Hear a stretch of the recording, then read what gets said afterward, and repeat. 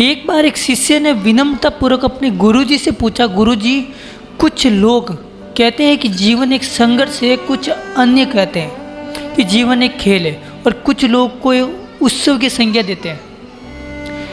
इनमें कौन सही है? गुरुजी ने तत्काल बड़े ही धैर्यपूर्वक उत्तर दिया, पुत्र, जिन्हें गुरु नहीं मिला उनके लिए जीवन एक संघर्ष है, और जिन्हें गुरु मिल गया उनका जीवन एक खेल है। और जो लोग गुरु द्वारा बताए गए मार्ग पर चलने लगते हैं, मात्र वे ही एक उत्सव का नाम देने का साहस जुटा पाते हैं। ये उत्तर सुनने के बाद भी शिष्य पूरी तरह से संतुष्ट नहीं था।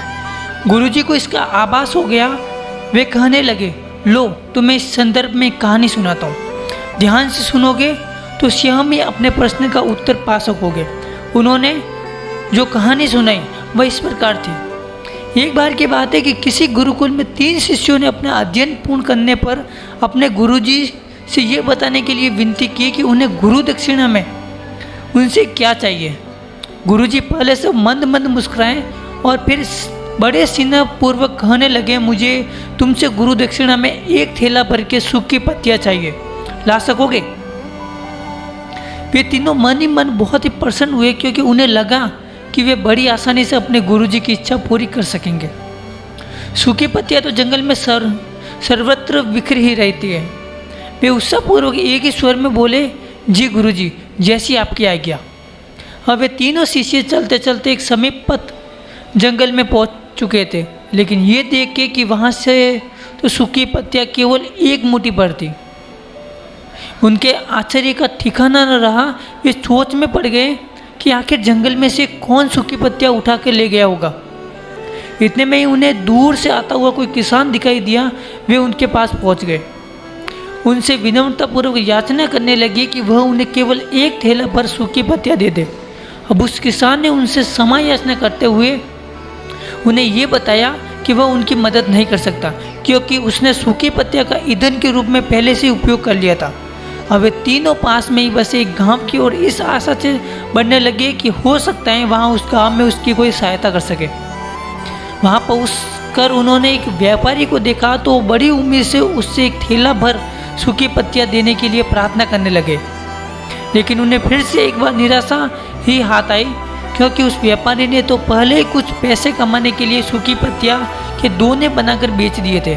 लेकिन उस व्यापारी ने उदारता दिखाते हुए उन्हें एक बूढ़ी माँ का पता बताया जो सूखी पत्तियाँ एकत्र किया करती थी। पर भाग्य ने यहाँ भी उसका साथ नहीं दिया, क्योंकि बूढ़ी माँ तो उन पत्तियों को अलग अलग करके कई प्रकार की औषधियाँ बना करती थी। अब निराश होकर वे तीनों खाली हाथी गुरुजी के पास लौट गए। गुरुजी ने उन्हें देखते ही स्नेहपूर्वक पूछा, पुत्र ले आए गुरु दक्षिणा?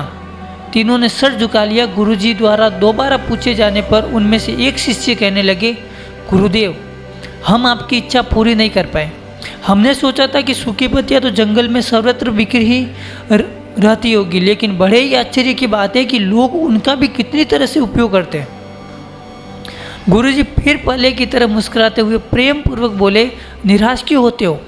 प्रसन्न हो जाओ। और यही ज्ञान की सूखी पत्तियाँ ही व्यर्थ नहीं हुआ करती, बल्कि उनके भी अनेक उपयोग हुआ करते हैं।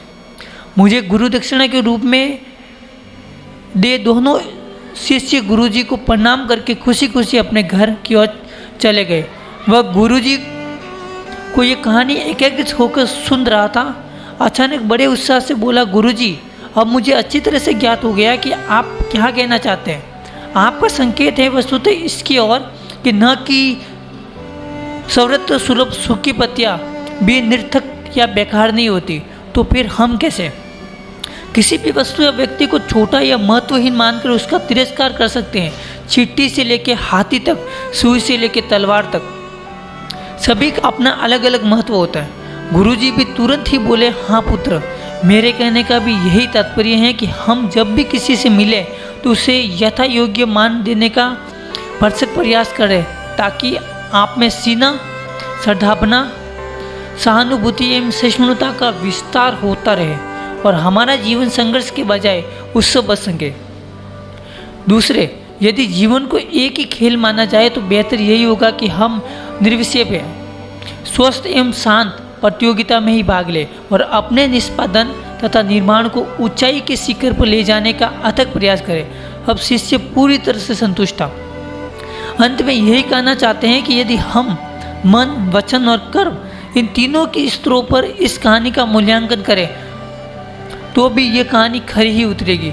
सबके प्रति पूर्वाग्रह से मुक्ति मन वाला व्यक्ति अपने वचनों से कभी भी किसी को आहत करने का दुस्साहस नहीं करता और उसकी ऊर्जा उसके पुरुषार्थ के मार्ग की समस्त बाधाओं को हल लेती है।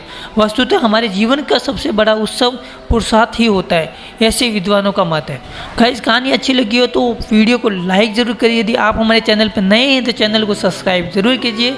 ऐसी कहानी देखने के लिए हमारे चैनल पर रोज़ नई वीडियो अपडेट होती है तो आप ज़रूर देखें। तो गाइस, मिलते हैं नेक्स्ट वीडियो के साथ में, तब तक के लिए जय हिंद, जय भारत।